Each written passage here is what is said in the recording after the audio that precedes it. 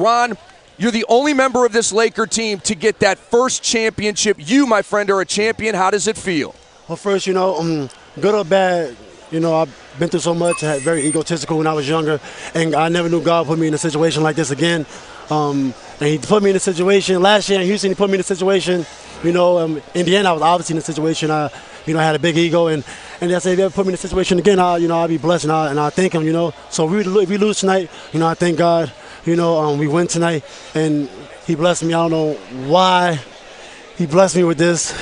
When I was really supposed to, I was supposed to get one with Jermaine and Donnie and Larry and Jamal Tinsley and Jeff Foster over there in Indiana.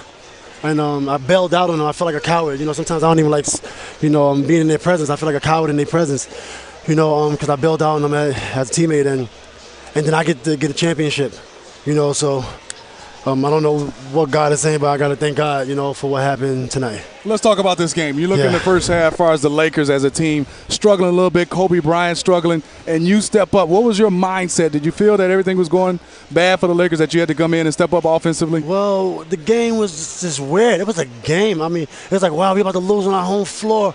It's like, do I jack up a three here? I want to jack up a three to get it tied. And I'm like, okay. And I'm like, so I met with my doctor. I see a sports doctor. She helps me with, so many emotions go through my body, and she helps me just relax. She came by yesterday and said, no matter what happens, relax. She's been coming on the road a lot in different cities, because there's the playoffs, and I wish I was a Kobe Bryant or Michael Jordan, but I'm not. I got a lot of emotions that be going through me when it's going through times like this, and I need some type of, relaxation, and she helps me.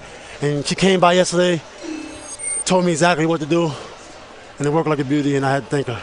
That's the thing I wanted to ask you about, Ron. I mean, you're very open. We've had discussions about some of the places that you've been, some of the places that, maybe you wish you hadn't been in. And, you keep finding ways. This is something that I'm proud of you about. You keep finding ways to get yourself into situations where you can reinvent yourself. You can reprove yourself. And I think throughout the course of this playoffs, you've done that. You should be very proud of your efforts. And obviously the people in Los Angeles are going to remember that you for some of those things, especially tonight. But, those things that you draw on, what are they exactly? As far as like? Yeah, when you're reaching those times, you say you're having out, but just you personally, when you have those quiet moments, what are you drawing upon? Well, my main problem is I know I practice hard. I practice 4 times a day. I know that. I practice 4 times a day in the summertime, 2 in the morning, 12, like another in the afternoon, then 5. And I'm like, what is this for? What am I practicing for? I could be home with my family. I don't got no rings, And it finally works tonight, and then I have this other problem when I'm playing basketball. I get caught up, in the game, and I don't play the game. I'm getting caught up in the finals or round 2 rather than playing the game, and that's a Achilles tendon in my game. More than even just taking a three or missing a shot or defense. That mental part of the game was tough for me, and I needed somebody to help me, with that part of the game.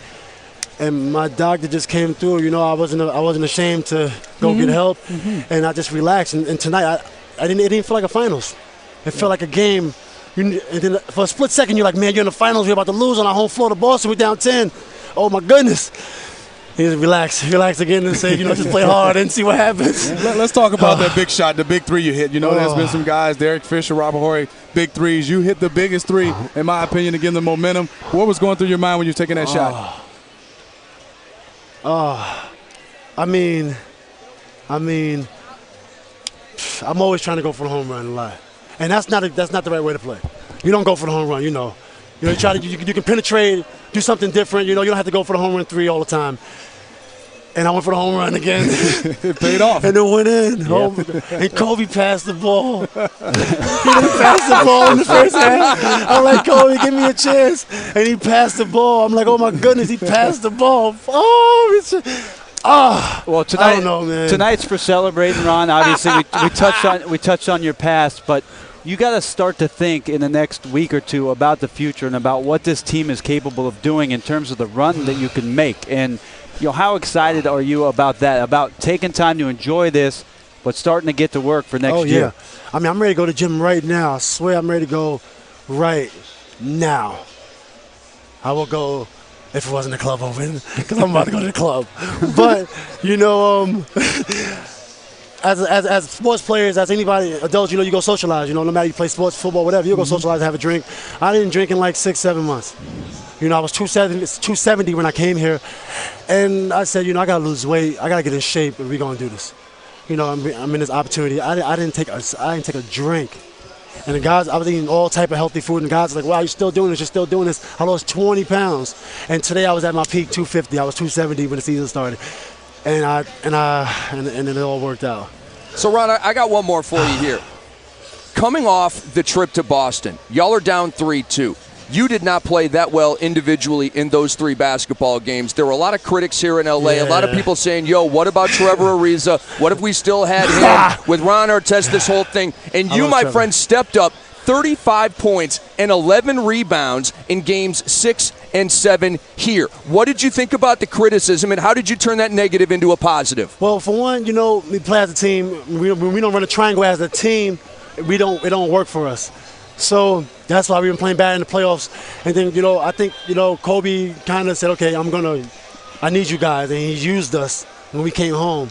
He wanted to win so bad. You've seen he had 23 straight points in Game 5 or something like that. He wanted to win so bad, but I think he could have used us a little bit more. And rather than get frustrated and be like, man, Kobe's not helping, not using us, blah, blah, we stuck together. We came more together. And my doctor came on the road in Boston. And I had 2 points in Game 3. We won. It's about the total score, I think, Yeah, no question. So when people say Ron Artest is playing bad, I don't think so. What the total score says. If I have 2 rebounds and we win the rebounding game 50-40, as a team, we had 50 rebounds. I played 40 minutes, only had 2 rebounds, but as a team, so what are we doing as a team? And then I let it get to my head. I had 2 points, and everybody's like, Ron Artest only had 2 points. So the next game I come out and I shoot, when really I should just stay in the offense, and it don't matter what you score. And tonight was a night where, we had to find a way, and I shot the ball. I had to shoot tonight, but I don't have no answers. I mean, you got the answer. You got the answer. Hey, Ron, we appreciate your honesty. Okay, we really do. Taking some time to come out here. Thank you. All right, congratulations, my man. I did a song called Champion in June. You want to hum a bar for us here? I could if you need that.